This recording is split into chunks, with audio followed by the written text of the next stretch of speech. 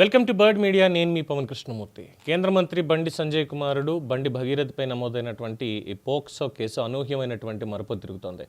ఈ కేసులో పోలీసులు సెక్షన్ల మార్పు చేయడం, మరోవైపు భగీరథ్ కోర్టులో దాఖలు చేసిన మధ్యంతర బెయిల్ పిటిషన్లో సంచలన విషయాల్ని ప్రస్తావించడంతో ఈ వ్యవహారం రాజకీయంగా కూడా ప్రాధాన్యత సంతరించుకుంది.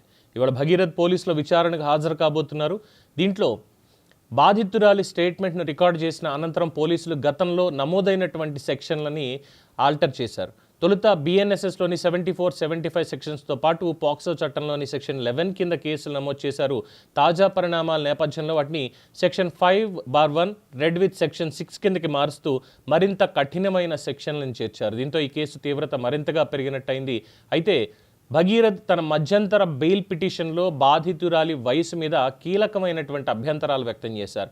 బాధితురాలు 18 ఏళ్లకు పైబడిన వ్యక్తి అని, ఆ విషయాన్ని ఆమె గతంలో అనేకసార్లు స్వయంగా తెలిపిందని పేర్కొన్నారు. దీనికి మద్దతుగా 2021 ఆగస్టు 21న నిర్మల్లో నమోదైనటువంటి ఒక ర్యాష్ డ్రైవింగ్ కేసుకి సంబంధించినటువంటి ఛార్జ్ షీట్ని కోర్టుకి సబ్మిట్ చేశారు.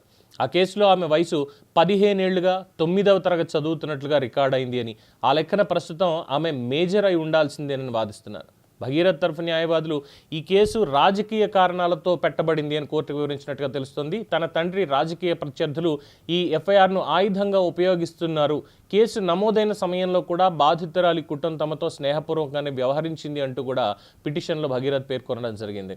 సో ఇవాళ పోలీసుల ముందుకి విచారణకు హాజరు కాబోతున్నారు బండి భగీరథ్. ఒకవైపు బాధితురాలి వాంగ్మూలం ఆధారంగా పోలీసులు దూకుడుగా వ్యవహరిస్తూ ఉండగా, మరోవైపు వయసు ధృవీకరణ పత్రాలు, పాత కేసుల రికార్డ్స్, అలాగే వీళ్ళ సంబంధాల స్వభావం, ఇలాంటివంటి అంశాలన్నీ కూడా భగీరథ్ తన నిర్దోషిత్వాన్ని నిరూపించుకునే ప్రయత్నం చేస్తున్నారు, వాటిని ప్రస్తావిస్తూ. ఏదేమైనప్పటికీ బండి సంజయ్ మాత్రం చాలా క్లియర్గా ఈ వ్యవహారం మీద స్పందించారనేది అందరికీ తెలిసిందే.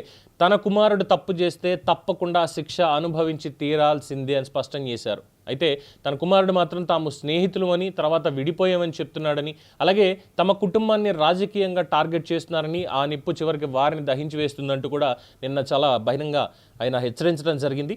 సో ఈ కేసులో అత్యంత కీలకంగా మారినటువంటి అంశాలు రెండు. ఒకటి, బాధితురాలి వయసు. ఒకవేళ ఆమె మైనర్ కాదని అధికారిక పత్రాలతో తేలితే ఈ కేసు చుట్టూ వినిపిస్తున్నటువంటి రాజకీయ కుట్ర ఆరోపణలు మరింత బలపడే అవకాశం ఉంది. At the same time minor అని నిర్ధారణ అయితే ఈ కేసు పూర్తిగా డిఫరెంట్ డైరెక్షన్లోకి వెళ్ళేటువంటి అవకాశం ఉంది.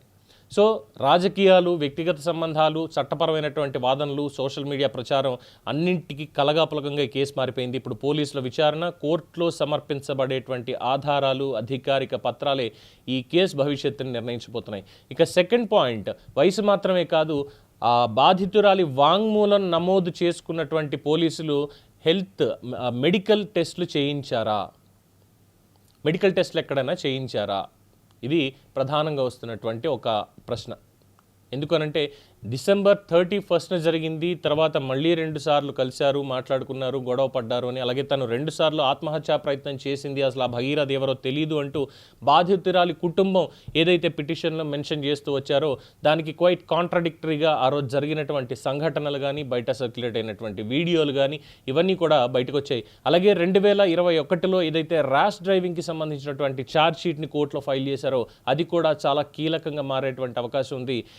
అన్నీ తెలిసిన తర్వాత కూడా పోలీసులు పాక్సో కింద ఎందుకు నమోదు చేశారు, రేప్ కేసు కింద ఎందుకు దీన్ని చేయలేదు? ఒకవేళ రేప్ జరిగింది అన్న దగ్గర ఆ రోజు మెడికల్ రిపోర్ట్స్ కానీ ఇవి కానీ ఏమైనా అందుబాటులో ఉన్నాయా? ఎక్కడ జరిగింది? ఏ రిసార్ట్, ఏ ఫామ్ హౌస్లో జరిగింది? ఆ రోజు అక్కడ అటెండ్ అయినటువంటి వాళ్ళు ఎవరు, ఎంతమంది ఉన్నారు? మరి వీళ్ళందరినీ కూడా ఏమైనా విచారించారా?